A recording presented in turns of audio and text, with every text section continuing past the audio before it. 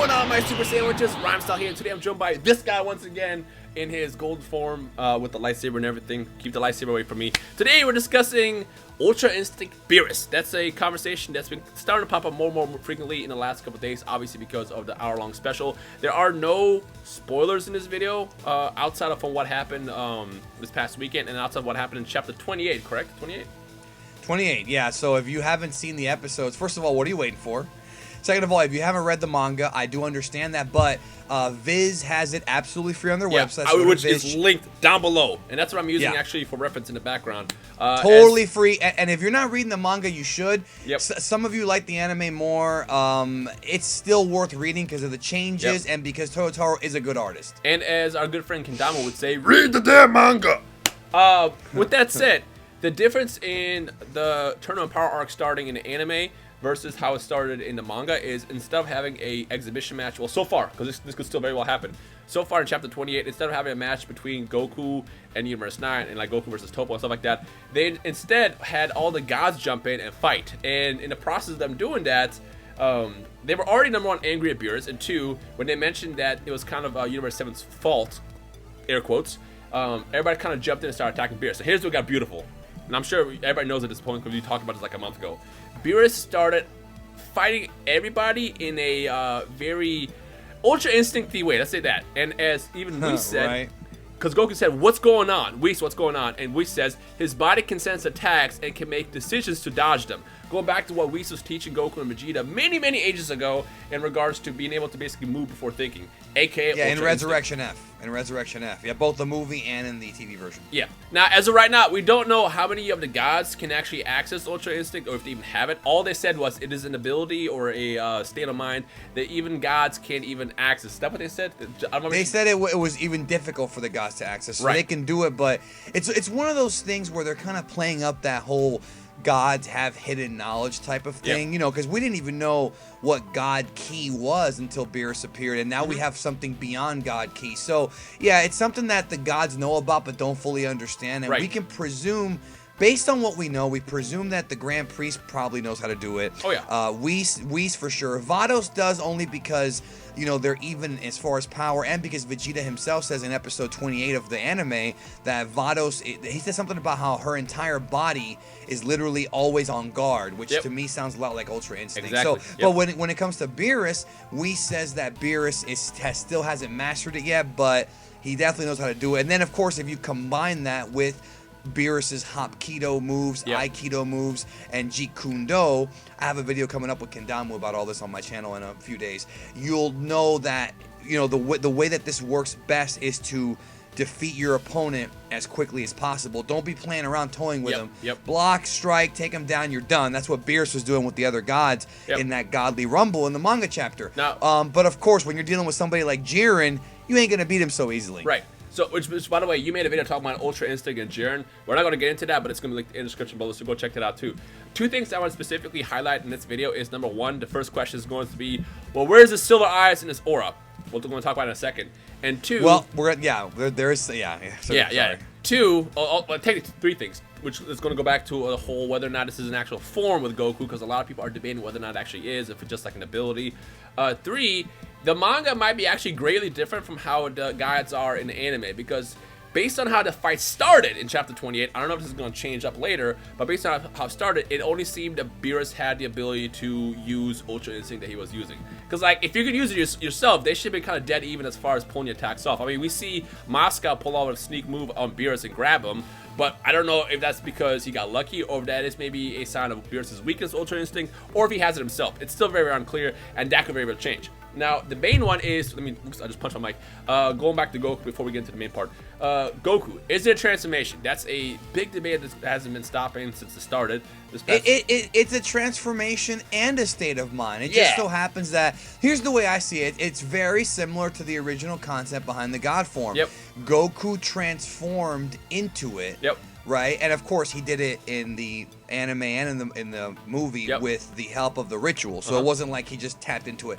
But eventually we presume, because this is Ultra Instinct Omen, and like you said, the Dokkan card has no awakening, so we can presume with all these clues that there's gonna be a a mastered Ultra Instinct form. So Right. I presume that when Goku masters the form, he may or may not have the silver eyes, but it'll definitely be something where his hair most likely will not change.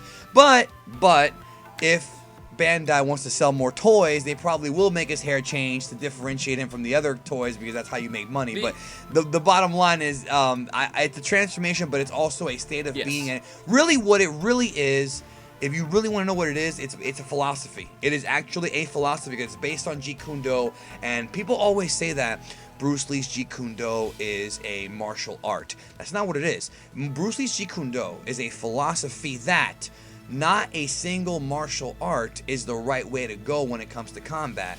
Every martial art and no martial art is how it works. Yep. It's basically like he said in Enter the Dragon, bro, my style is fighting without fighting, which means he knows a little bit of everything, and the little bit of everything that you know is going to be effective depending on the situation that you're in, you know? Yep. So depending on what your opponent is, how strong he is, what kind of moves he does, is how you change it up. And that's really mastery of Ultra Instinct. Yeah. That's where they got it from, bro. Toriyama's a huge Bruce Lee fan. There have been Bruce Lee references in Dragon Ball from the beginning. A lot.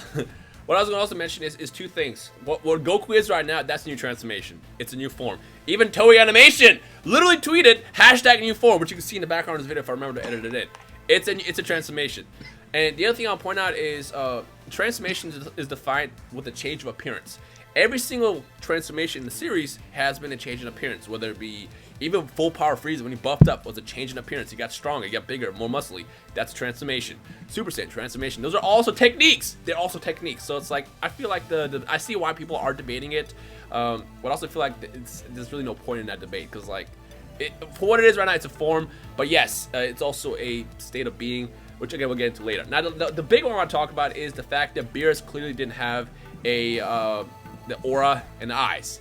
And again, that is just going back to how Goku achieved a form when he was basically trying to break out of the shell of the spirit bomb engulfing him and like basically almost killing him. That was his will to like keep fighting and like break out of it.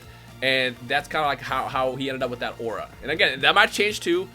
Most likely will change. We'll see that more complete transformation at some point in the future. But Beerus itself, he doesn't need to necessarily have a form. Like, actually, do you think he should have, if he had do you think Geekdom he should have like the aura as well for this? Well, that's the thing. I think that once Goku really gets mastery of this, he's gonna be like Whis, because Whis also does not have an aura, and Right. we know He can do it. We know Whis is a master. Yep. This guy, and that's gonna be the big debate. I think people keep saying Jiren versus Beerus or Goku versus Beerus. I'm thinking, let's go ahead here. Jiren versus Whis, Goku versus Whis now, because if they're both Ultra Instincting, for lack of a better term, then maybe Beerus might be, not surpassed yet, but maybe Goku will surpass him at some point. Right. But I think that eventually, that I think you're not gonna even see the aura. I think it's a cool looking thing to differentiate him from others, or maybe the aura only applies to mortals. But then again, we've got Jiren, who is also apparently immortal, and he obviously knows how to do Ultra Instinct. If he didn't know how to do it, he wouldn't be able to block those moves. So that tells me that maybe when you master it, you don't have the aura, or you can at least control the aura. But remember, the auras and things like that are done so that the audience, like us, this is from Toriyama himself, can digest what things look like. Yeah. It's like these characters are fighting at beyond the speed of light, but we don't perceive that. We don't see that. And the reason we don't see that is because they have to slow it down for us so we can enjoy the I'm glad you brought that up, because I saw a lot of people complaining about flying. They weren't flying. It's just they were fighting. No, they were not flying. They were jumping up and then they were coming down, like in the old tournaments in Dragon Ball. Yeah. Before everybody was flying, it was happening they would jump so high fast and then float down. Yeah. Glad you brought that up. With that said, Yes. we do know one thing. Well, actually, I don't know if we can confirm this or not, but Beerus definitely doesn't have it mastered. And we know that because going back to when Whis was first teaching Goku and Vegeta, he even says that Beerus doesn't have his mastered yet. But then again, for all we know, that could have changed between then and now. Because like he has more motivation now, because like back then Goku and Vegeta just entered his life, and maybe he might have had more motivation to actually train in between, to kind of keep up with Goku. But based on how they hinted initially, he didn't have it mastered. But also notice how when he first says the name, he has this look on his face, like he's like kind of sweating, and he's kind of like worried, Yep. like so. it's almost like Beerus is now worried because Goku. I'm not saying Goku passed him, but he's rapidly catching up. Yes, exactly. And I think he is worried now that it could happen. And actually, the last thing I want to end this video with is the not power scaling necessarily, but kind of compare Beerus to Goku and Vegeta, because like a long time ago, I hate bringing this up, but when Battle Gods first came out, they mentioned how strong Beerus is. Then we actually got to Resurrection F, and we saw Goku and Vegeta get strong, and they both achieved blue. And the question started popping up again: is Goku and Vegeta, are they going to ever surpass Beerus? To which an interview came out where Toriyama says he doesn't have a plan of them surpassing him anytime soon. But despite everything that was happening, and even Vegeta Blue happening, the question was like, okay, if Goku and Vegeta keep getting stronger and they even have fusion on their mind, how is it they still cannot beat Beerus? And my first thought is, well, now that we've seen Ultra Instinct firsthand, that is like one of the secrets to Beerus' abilities. So, with that said, Goku's getting there. He is getting there. Give him some time, another couple years or something, maybe even sooner than that, because he's a freaking genius, to master Ultra Instinct. Maybe by the end of the arc, for all we know, bro. You know how Dragon Ball is. Well, I feel like when he officially surpasses Beerus, him or Vegeta, I feel like Dragon Ball Super is done there. So, like, I don't know if they want to do that just quite yet, because, like, after you surpass the gods, what do you do? Like, that's it. Hey, he surpassed Beerus, but that doesn't mean he surpassed the angels. There might be new enemies coming. I mean, they can do anything they want. We didn't even know about Zeno until what, May of last year. So they can Toriyama can just throw in, hey, guess what? There's another god tier. There's higher gods. Like, oh no, there's actually 6 other universes, but they were hidden away. They were trapped in a magic Pandora box. You know, he can do whatever he wants, bro. Like, people always say that, but you never know. Yeah. You just never know. Yeah. With that said, let us know your thoughts on Ultra Instinct and Beerus down below. Any questions you might have, you can also tweet us, Emperor Big D, and at Rhymestyle on Twitter. And let's go for 3,000 likes on here as well, just for the hype of this past week.